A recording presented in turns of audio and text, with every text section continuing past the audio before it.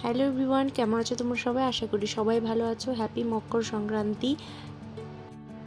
অনেকে হ্যাপি পোঙ্গালও বলে সাউথে।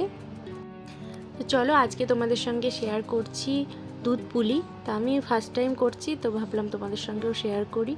এখানে আমি নারকেল কুড়ে নিচ্ছি, আর দুটো নারকেলে করছি।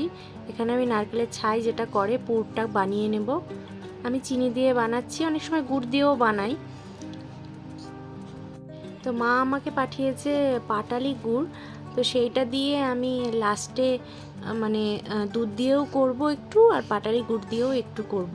তো গুড় দিলে অনেক সময় কেটে যায় শুনেছি, সেই জন্য আমার ভয়ও লাগছে মানে পুরোটা পাটালি দিতে। সেই জন্য একটু দুধ দিয়ে করব আর একটু পাটালি দিয়ে। তো চলো, আমার এখানে কথা বলতে বলতে হয়ে গেছে।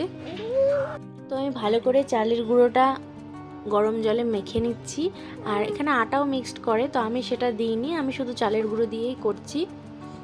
তো এটা ভালো করে মেখে নিতে হবে।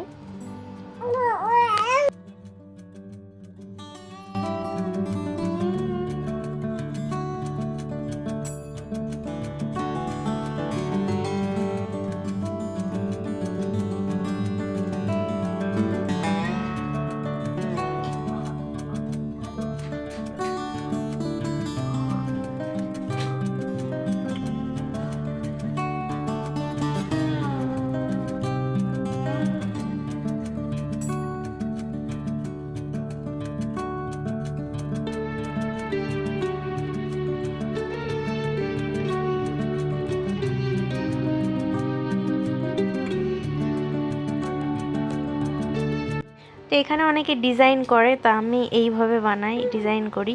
মানে আগের বছর আমি শাশুড়ি মার সাথে করেছিলাম, তো এরকমভাবে ডিজাইন করে করে বানিয়েছিলাম। তা আমি করি এরকম ডিজাইন, অনেকে লম্বা লম্বা করে। এই যে হয়ে গেছে অনেক।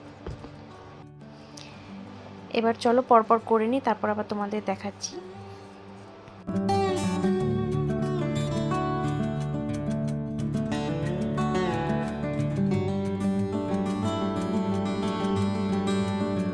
তো দুধ তো আমি বসিয়ে দিয়েছি, এবার দুধের মধ্যে দিয়ে দিচ্ছি দুটো তেজপাতা আর 4টে এলাচ।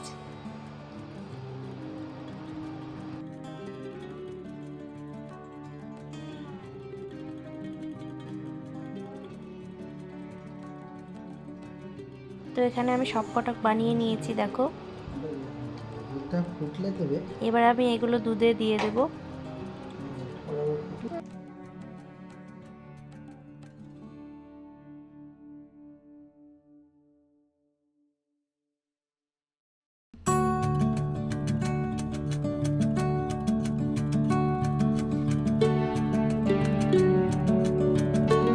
তো কিছুটা ছিল চুষি করার জন্য, আর চুষিগুলো কিন্তু খেতে খুব ভালো লাগে, ওই জন্য একটু কিছুটা চুষি করে ফেলেছি।